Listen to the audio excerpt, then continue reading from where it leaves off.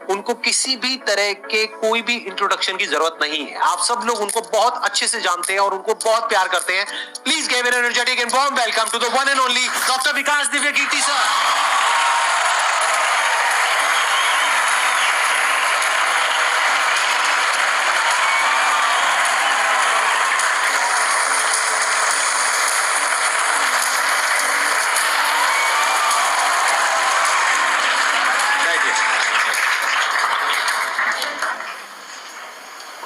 मैं सबसे पहले आपको धन्यवाद देना चाहता हूँ यहाँ पर आने के लिए। Thank you so much. क्योंकि जब से मैंने सीरीज शुरू करी है तब से हमारे कमेंट सेक्शन में कोई भी एक भी ऐसा वीडियो नहीं है जहां पर आपका नाम ना लिखा हो।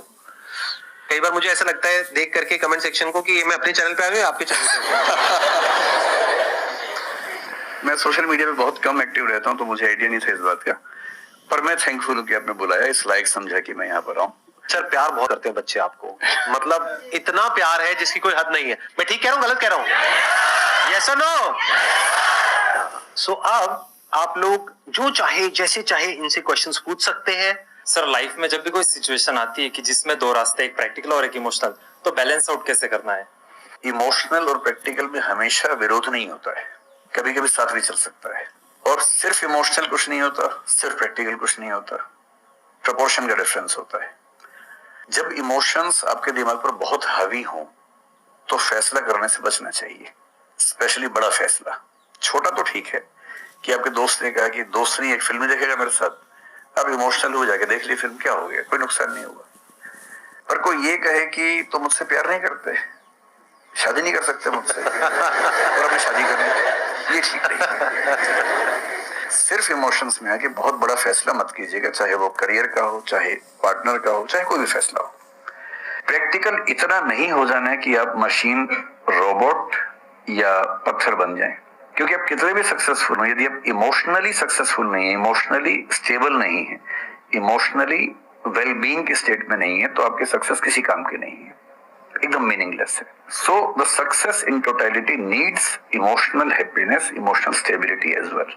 इसलिए इमोशंस को खारिज करके जिएंगे तो शायद कुछ अचीवमेंट्स बड़ी हो जाएं, पर वो किसी काम की नहीं है। केवल इमोशंस पे चलेंगे तो हो सकता है कि अचीवमेंट जिंदगी में ज्यादा हो ना पाए। तो बैलेंस की बात है। और सबसे अच्छा तरीका है जब बहुत इमोशंस हो, इंटेंसिटी बहुत ज्यादा हो, सिर्फ एक तरीका मैं जो अपनाता हूं, उस क्षण में फैसला नहीं करना है। कुछ भी हो, कोई कितना भी प्रेशराइज करे, सिर्फ इतना बोलिए कि मैं 24 घंटे बाद बताऊंगा आपको, थोड़ा सोचूंगा इस बारे में। और यदि आपने उस मोमेंट से खुद को बाहर निकाल लिया तो फिर आप डिटैच होकर देख पाएंगे और थोड़ा सा प्रैक्टिकल एलिमेंट भी रहे, इमोशनल एलिमेंट भी रहे, वो फैसले सबसे अच्छे रहेंगे लाइफ के लिए। मैं आपको एग्जांपल से बात समझाता हूँ। ऐसे लोग जो तैयारी कर रहे थे, अफेयर में थे, एक का सिलेक्शन हो गया, अब उसके सामने क्राइसिस ये है, स्पेशली किसी लड़की का हो गया, लड़के का नहीं हुआ। अब हमारी सोसाइटी में ना लड़की ऊंचे पद पे हो, लड़का ना सफल हुआ हो तो बड़ा मुश्किल है सोसाइटी में, उनको शायद दिक्कत नहीं है। अब वो लड़की प्रैक्टिकल नहीं है कि मैं तुमसे शादी करूं ये कह के अगर हट जाती है और शादी करती है किसी ऐसे व्यक्ति से जो बहुत सफल है। I know many such people personally, मैं नाम नहीं बोल सकता किसी का। मैंने जनरली पाया है कि वो लोग लाइफ में बहुत फ्रस्ट्रेशन में रहे बाद में, क्योंकि सफलता के नाम पर, प्रैक्टिकल होने के नाम पे ऐसे व्यक्ति को चुना जिसके साथ वो रह नहीं सकते ठीक से। और मैं ऐसे कई लोगों को जानता हूं जो आईएएस बने, आईपीएस बने, जिनको करोड़ों रुपए के दहेज के ऑफर्स आए, साफ ठुकरा के कहा कि मैं जिंदगी एक ही व्यक्ति के साथ गुजार सकता हूं जो मेरे साथ है, और हैं, बहुत खुश हैं। अब कोई कह सकता है उनके परिवार में कि इसने प्रैक्टिकल फैसला नहीं किया, इमोशनल फैसला किया, पर अल्टीमेटली किसी चीज की वैल्यू क्या है? आपकी लाइफ बेहतर हो। यूट्यूब पे जिसके 1 लाख भी सब्सक्राइबर्स होते हैं वो मोनेटाइज करता है, 1 लाख के जब मिनिमम हो सकता है, खूब पैसा कमाते हैं, ब्रांड प्रमोशन करते हैं, साबुन तेल बेचते हैं बीच बीच में। आपका चैनल तो शायद देश में सबसे बड़ा चैनल है, आप चाहें तो कितना नहीं कमा लेंगे। मुझे कुछ दिन पहले एक एजेंसी के लोग मिले जिन्होंने बताया कि इनकी जैसी ख्याति है उस लेवल पर महीने में कोई 5-10 करोड़ भी कमाना चाहे तो कमा सकता है आराम से इस यूट्यूब चैनल से। तो मैंने पूछा कि वो कौन सी चीज है जो आपको इतना मजबूत बनाती है कि आप नहीं इस रास्ते पर जाते, मैं वो जानने में इंटरेस्टेड हूँ। तो 10 मिनट की बात के बाद मैं समझ में आ गया, क्योंकि अल्टीमेटली अगर मैं अपनी वैल्यू के खिलाफ चला गया तो खुश कैसे हो जाऊंगा?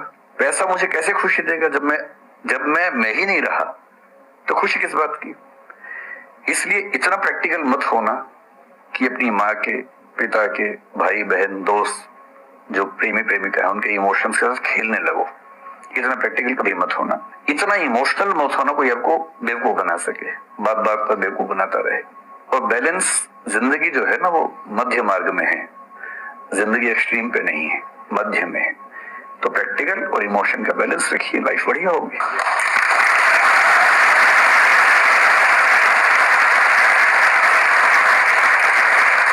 आपने सर इतने अच्छे से एक्सप्लेन किया, मेरे पास में कुछ है ही नहीं बोलने के लिए।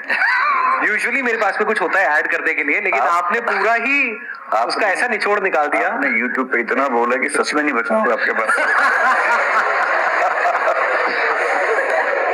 6-7 साल पहले की बात है, मेरी एक स्टूडेंट थी जो सुसाइडल टेंडेंसी की शिकार थी उस समय। उसके घर में कुछ ऐसी ट्रेजेडी, उसकी मदर की डेथ हुई थी, और एक ऐसी ट्रेजेडी जो बहुत ही रेयर किस्म की ट्रेजेडी है जो शेयर करना ठीक नहीं है यहाँ। तो वो मेरे पास आई और मुझे लगा कि आज मैं पहली बार किसी ऐसे व्यक्ति से बात करूं जो डिप्रेशन में है और सुसाइड कर सकता है अगले 1-2 दिन के अंदर अंदर। अब मैं परेशान था कि मैं कैसे मैनेज करूं, और मुझे मोटिवेशन की ऐसी जानकारी उस समय तो बिल्कुल नहीं थी, बाद में थोड़ा बहुत पढ़ा। तो मैंने उससे कहा कि अच्छा तुम घर जाओ, मैं कुछ देखता हूँ। फिर मैं घर गया, नेट पे सर्च करना शुरू किया। करते करते मुझे आपका एक वीडियो मिल गया, अनस्टॉपेबल, शायद कुछ आपने एक वो बनाया था उस समय। तो मैंने वो थोड़ा सा देखा, 10 मिनट का। मुझे लगा कि ये जो है ना, ये इंजेक्शन है किसी मतलब डिप्रेस्ड व्यक्ति को तुरंत मोटिवेट करने के लिए। तो मुझे ध्यान है कि मैंने उसको वीडियो का लिंक भेजा। मैंने कहा देखो, जिंदगी अपने रास्ते पे चलेगी, ठीक हो जाएगी। जब जब मूड ऐसा हो, बहुत डिप्रेसिंग हो, सुसाइडल मन करे, उस समय वीडियो देखना ध्यान से, और कम से कम उस बुरे फेज से बाहर निकल जाओगी। और फिर मैंने वो वीडियो अपने फैमिली में भी 2-3 बच्चों को भेजा, जो बच्चे उस क्राइसिस में होते थे। तो मैं बहुत थैंकफुल हूँ उन सब बच्चों की जान बचाने में आपकी बड़ी भूमिका है। Thank you so much sir, आपने बहुत बड़ी बात कह दी सर, मेरे लिए बहुत बड़ी बात है। नहीं, कई बच्चों की जान बचाई होगी आपने जरूर। जो वो एक मोमेंट होता है, उस मोमेंट में कोई बचा ले तो लोग बच जाते हैं, वो मोमेंट क्रॉस हो जाए तो फिर चीजें बिगड़ जाती हैं। हेलो सर, नमस्ते। नमस्ते सर, बोथ ऑफ यू, मैं हमेशा से आप दोनों की बहुत फैन रही हूँ। मुझे बस ऐसा लग रहा है कि मैं सपना देख रही हूँ, मेरे लिए रियलिटी नहीं है। मुझे बस आपसे ये जानना, मैं हर मतलब एवरी डे 8 से 10 आवर में पढ़ाई करती हूँ, बट मुझे कभी कभी बहुत डिमोटिवेशन आ जाता है कि होगा नहीं होगा, क्या होगा पता नहीं।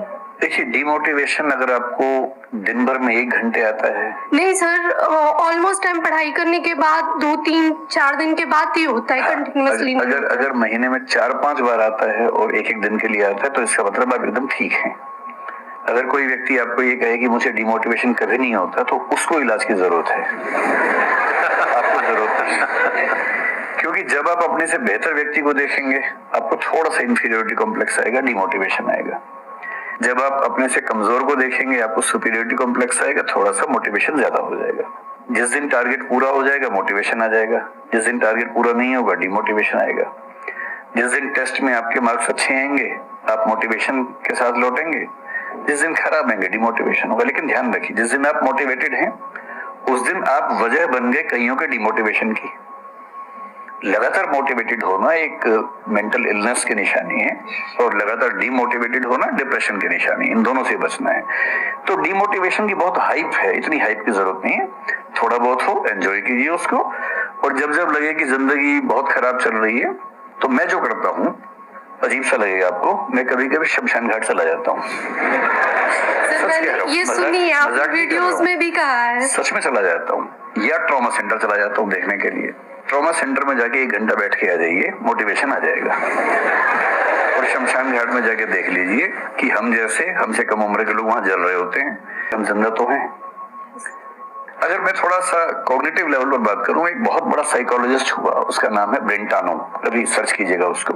ब्रेंटानो ने ह्यूमन कॉन्शियसनेस को स्टडी किया, और उसने ये बताया कि ह्यूमन कॉन्शियसनेस की बेसिक नेचर है कि जो हमारे पास है वो हमें नजर नहीं आता, जो नहीं है वो नजर आता है। तो the consciousness of lacking something is the nature of human consciousness. इसलिए इसी बात को एक शेर में, बहुत प्रसिद्ध शेर में कहा गया है, दुनिया जिसे कहते हैं जादू का खिलौना है, मिल गया सो मिट्टी है, नहीं मिला वो सोना है।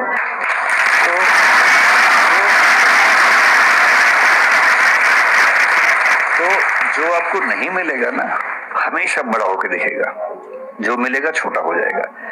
तो ईमानदारी इसमें है कि जब जब डिमोटिवेशन और डिप्रेशन हो, एक कागज लेके बैठ जाइए और एक तरफ लिखिए मेरी जिंदगी में ऐसा क्या क्या है जो दूसरों के पास नहीं है। पेज भर जाएगा पूरा। तो जो है उस पर ध्यान दीजिए और एंजॉय कीजिए। मेरा क्वेश्चन है कि आजकल बहुत लोग बोलते हैं कि एजुकेशन सिस्टम हमारा पुराना हो गया है और बहुत लोग बोलते हैं कि इसे चेंज करना चाहिए।